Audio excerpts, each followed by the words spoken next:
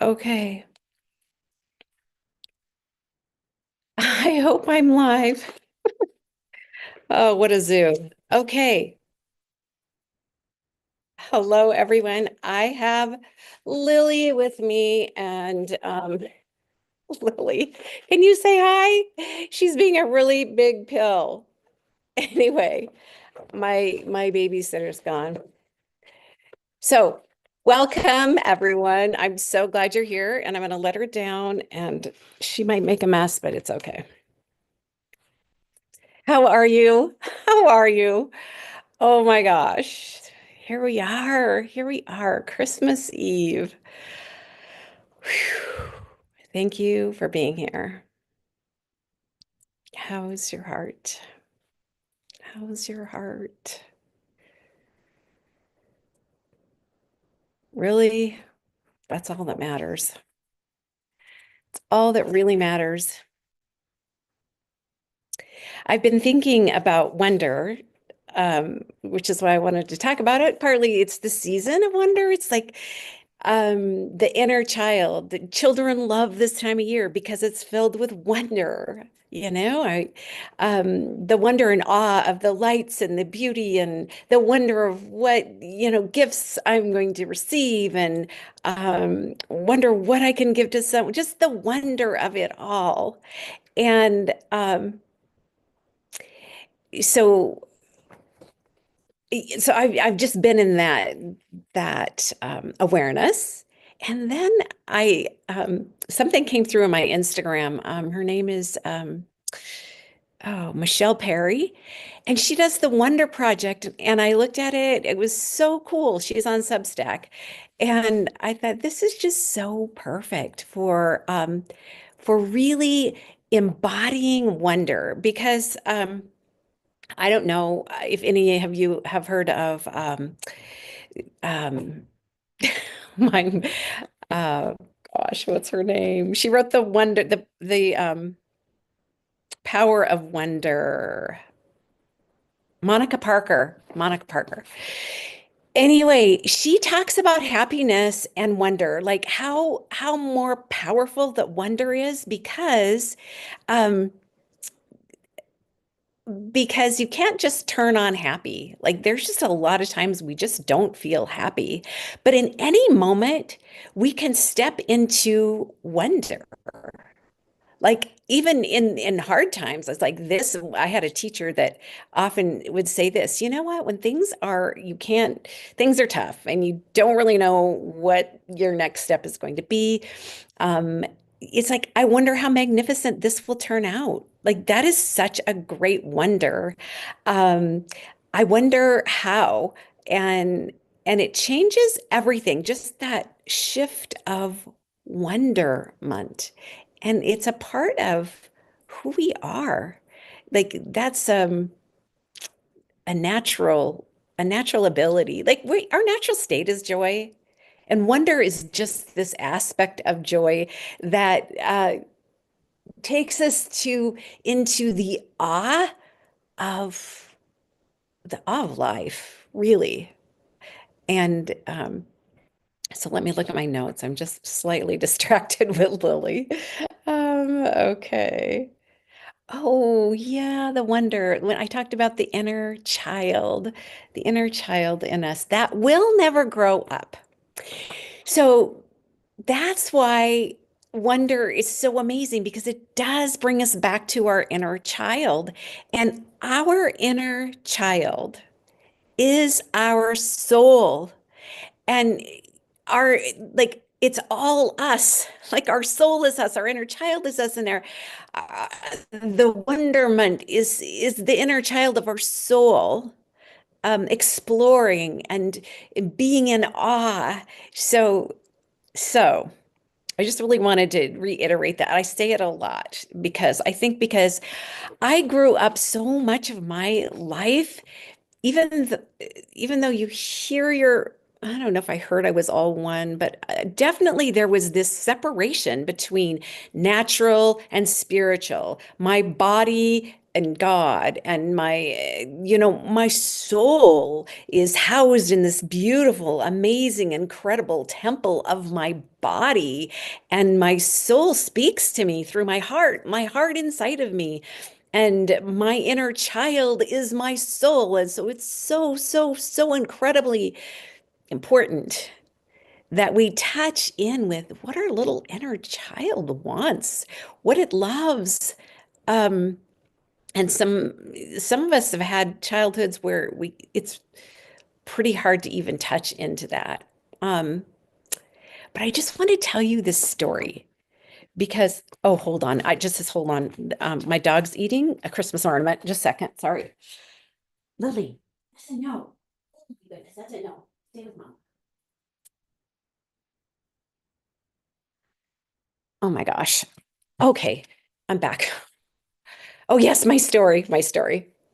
So, um, my mom, so I was so fortunate to be able to be with my mom the last 3 years of her life, and I got to spend a lot of time with her. And when we arrived, I could see that mom, I mean, she was so with it, so energetic, just had so much energy.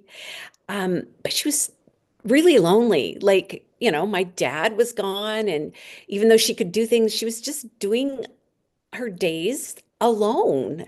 And companionship. I just knew companionship would brighten her day, even if I could give her just a little bit, a couple hours a day or whatever. So anyway, um, so as I got into that relationship with her, we had so much fun. And when she would have down days, I would, I just had this thought, you know what? If I can touch in to my mom's inner child, she will come alive. And she did. She did. I would have her talk about her childhood so that I would know what she loved. Well, she talked about her horses. I know Lily's being super distracting.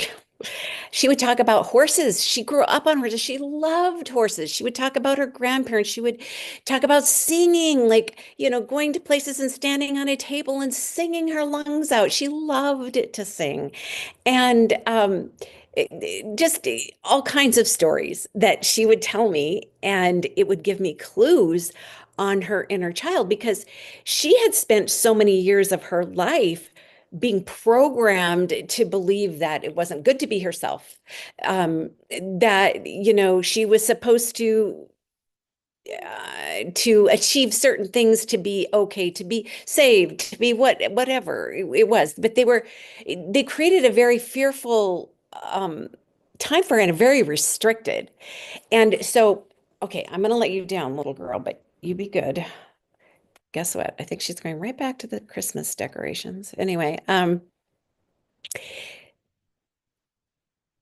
so yes, so mom. So when we touched into, like, I would take her with horses and we would be with horses and she would literally come alive. And I'm telling you that because I just want to remind you that your inner child is your soul and speaks through your heart because your heart feels joy. Your heart feels um wonder. Like, you can't really think wonder. You can think the words I wonder, which actually does raise your frequency. Like, just to say I wonder, it does raise your frequency, but you're actually feeling it in your heart. And our heart is such a magical place. Like, it's so us. And I know you hear me saying it a lot, but I had so many years where I, I couldn't, I believed I couldn't trust my heart. I believed it wasn't okay to follow my heart. I believed it would get me in trouble. All these horrible things that separated me from the truth of who I was, of my inner child, of my soul. So I just wanted to share that little story about my sweet little mama who's on the other side right now. Um, and yes, so the inner child. which is the soul of you, it's so easy to get into dialogue with that. So once you merge with who you really, really are, that voice and the feeling of what would she really want? Like, I'm just going to say this. I had someone contact me this week, and we were talking about, well, actually, she was just beating herself up, like totally beating herself up, saying how much she needed to work on herself. And I'm like, wait a minute. I mean, I let her talk, but then it's like, you don't need to work on yourself. You get to love yourself. Like, who's that little girl inside of you that wants to be, what part of her wants to be loved? And it really shifted things to go, oh wow. And she sent me a picture of her sweet little thing when she was like 4 or 5 years old and so adorable. And it's just you just want to scoop when you see a picture of yourself, you just want to scoop yourself up and give her a big hug and like do that. Have that dialogue. Hold on. She's back in the Christmas ornaments. Lily, no need, bird. Hey, hey. Okay, here. Here you go. Come on.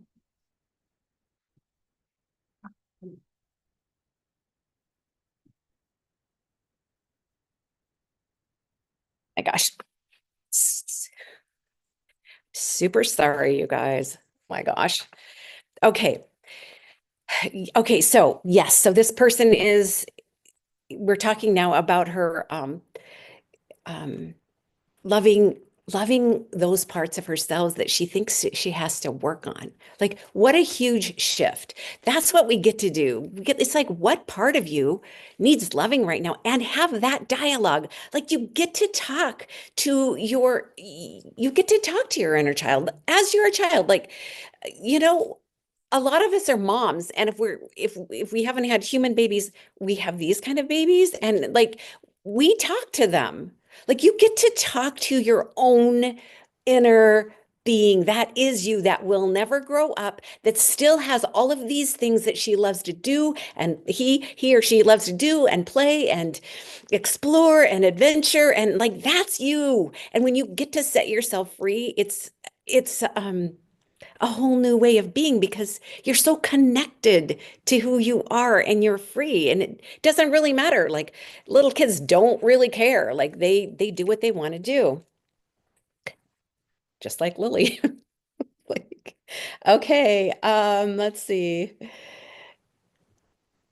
Yes, I did talk about teachers. I wonder how magnificent this experience will turn out. I wonder, um, oh, when you go through hard times, like I wonder who I will be on the other side of this. Like, what gifts of myself will I receive? Because truly, the gifts we receive are gifts that we already have that we didn't even know were inside of us. And that sometimes, like, I don't believe that we came here to suffer. But sometimes the hardest experiences do bring about a change in us that opens us up to gifts that we didn't even realize that we had, or that we knew what we had, that we actually have courage now that we literally can dive in, and enjoy them. So the gifts are our gifts. Um, and how I wrote down how just to say, I wonder, it does elevate you to a sense of hope. But even beyond a sense of hope, because I wonder how amazing this experience will turn out, or how magnificent. Um, that's almost that is a command in itself. It's like I'm wondering, I'm hoping, but I'm also knowing that that's happening. Because our words have frequency. Yes, our words have frequency. So I want to tell you, yeah, there's one more story I want to just tell you because it's something that I don't think I will ever forget, ever. It impressed me so much, and I think about it a lot. So I was in my Reiki class, and I mean, I've always loved energy work. It fascinating. Like I knew I had an innate knowing that really everything's energy. And so I just followed that path. And anyway, so I'm taking Reiki years and years ago. And so there was a point when we learned what we needed to learn, that we would practice on each other. And so we partnered up, and when it was my turn to be on the um, massage table and my partner was doing Reiki on me, I could feel this sensation in my knees. And my Reiki teacher walked by when I was at that moment. And I told her, I'm like, I'm just feeling this. I can't even describe the sensation in my knees. And she said, that's fear. That's fear of moving forward. So, Teresa, what are you afraid of?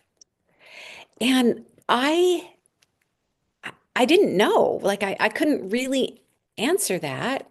So there was a pause, and I'm like, well, I guess I'm afraid to die. And she was quiet for a moment, and she said, no, Teresa, you're afraid to live. And I mean, I've told her that story, and she's like, I said that. It's like, yeah, you did.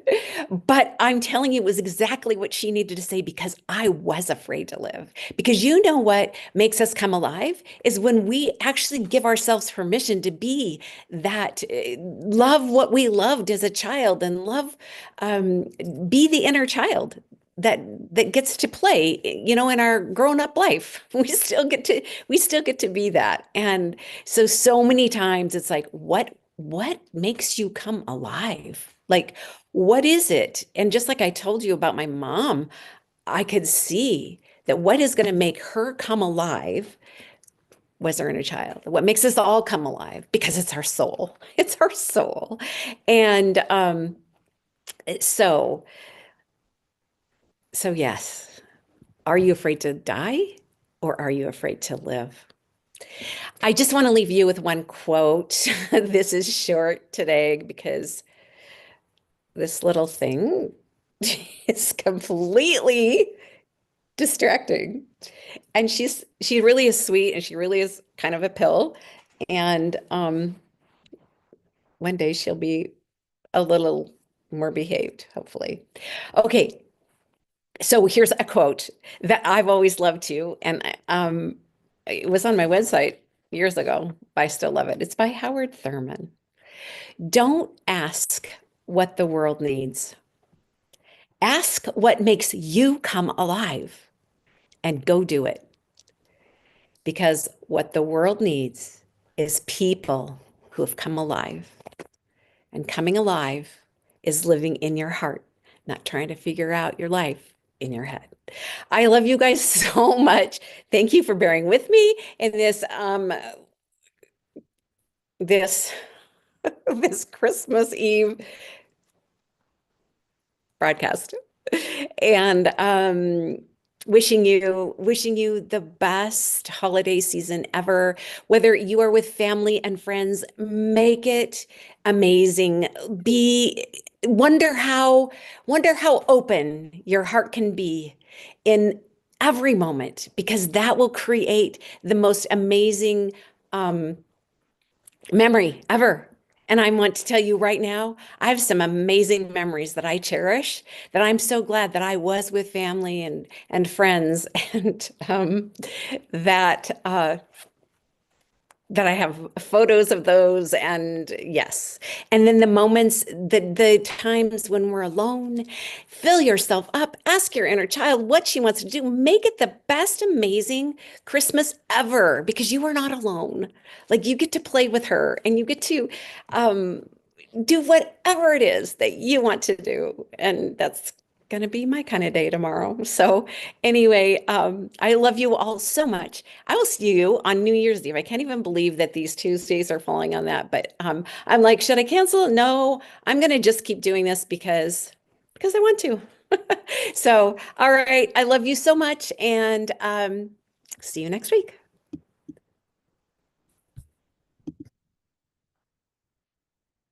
Okay, Lily.